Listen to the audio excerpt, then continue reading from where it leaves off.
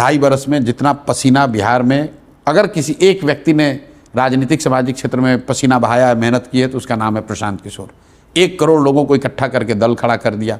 अब जब विकल्प खड़ा हो गया है तो दोनों जो दल जो जिनको राजनीतिक मुफ्तखोरी की वर्षों से आदत लगी है कि उनको मालूम है कि हमने काम किया नहीं है, लेकिन अभी मोदी जी आएंगे, अभी नीतीश कुमार के पार्टी वाले जाएंगे और लालू का डर दिखाकर वोट मांगेंगे। अरे भैया हमको वोट नहीं दोगे तो जंगल राज आ जाएगा।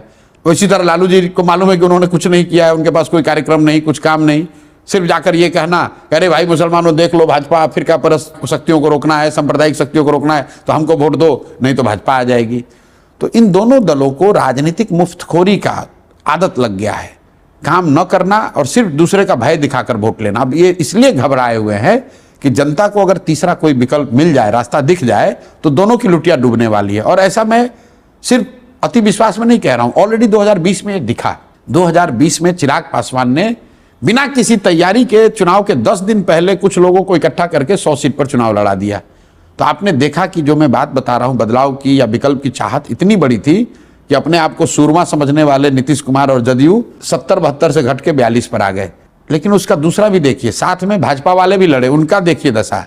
लोगों को लगता है कि सिर्फ जदयू की सीट कम हुई, ऐसी बात नहीं है। भाजपा का स्ट्राइक रेट भी 90 से घटकर 60 हो गया, क्योंकि जब पिछली बार नीतीश और भाजपा साथ में लड़े थे 2010 में, तो 101 सीट में भाजपा 91 सीट जीती थी। 2020 में भाजपा 110 सीट लड़ी और 72 सीट जीत कर आए, उसमें चिराग पासवान नहीं लड़ रहे थे। तो अगर 2020 के चुनाव को सिर्फ आप चिराग के एंगल से देखते हैं तो आप बहुत बड़ी भूल कर रहे हैं।